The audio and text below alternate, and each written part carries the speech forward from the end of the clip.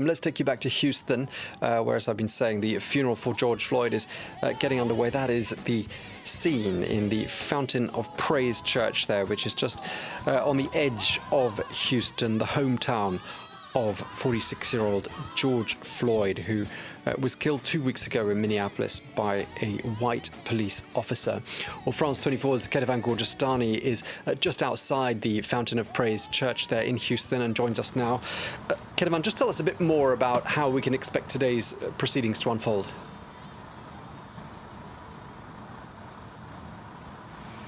Well, this funeral service is, of course, a private one, but a lot of very big figures are guests at this funeral service that is expected to last about 2 hours. There are local officials, two Democratic congressmen and women from Texas who are here. We saw also the police chief of the Houston Police Department, Art Acevedo, who arrived a little bit earlier. There was Bishop Dixon, also a huge figure here in Texas for the African-American community. You mentioned Al Sharpton, of course, Reverend Al Sharpton, who will be giving that eulogy. But there are also artists and athletes like Floyd Mayweather, who is expected also to speak. He has financed some of the ceremonies that we've been seeing so far for George Floyd. There will also be artists like Slim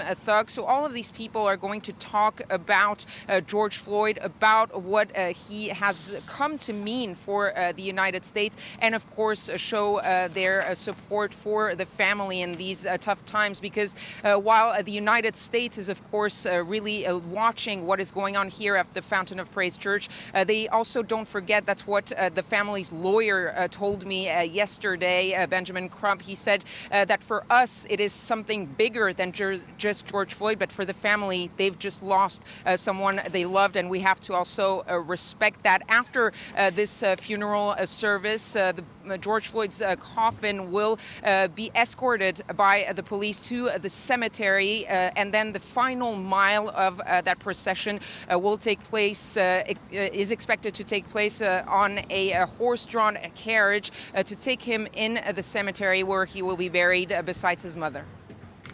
Okay, so a lot of high-profile people there, as you say.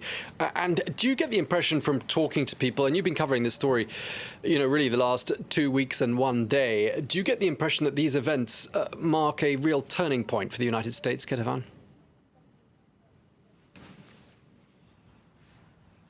Well, most of the people I've spoken to over the past couple of weeks, whether they were simply protesters or more high-profile people like attorney Ben Crump, who spoke to me yesterday, and he was saying that he did see a difference in this case and what it had done to U.S. society. He said that George Floyd's case seemed to be like a tipping point, a point where things are finally going to change. He compared the case of George Floyd to that of Eric Gardner. He was the first man to be filmed saying, "I can't breathe," at the hands of white police, and died at the hand of white police. But he said that unlike Eric Gardner, where the police officers weren't fired, weren't arrested, weren't charged, in this case, we saw those police officers very quickly get fired and then slowly get charged. But he said that the ultimate justice and the ultimate proof that things will have changed will be when they are actually convicted. And he said that he was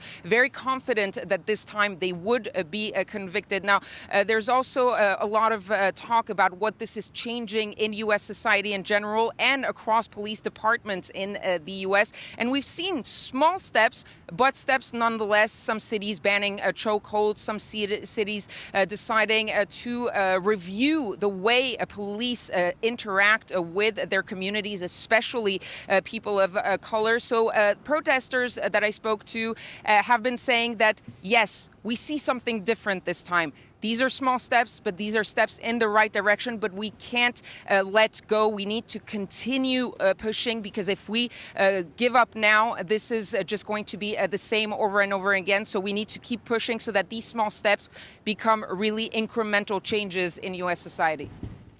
Okay, Ketevan Gorjestani there in Houston. Thank you very much indeed. We'll be checking in with you, no doubt, in the next hour or so.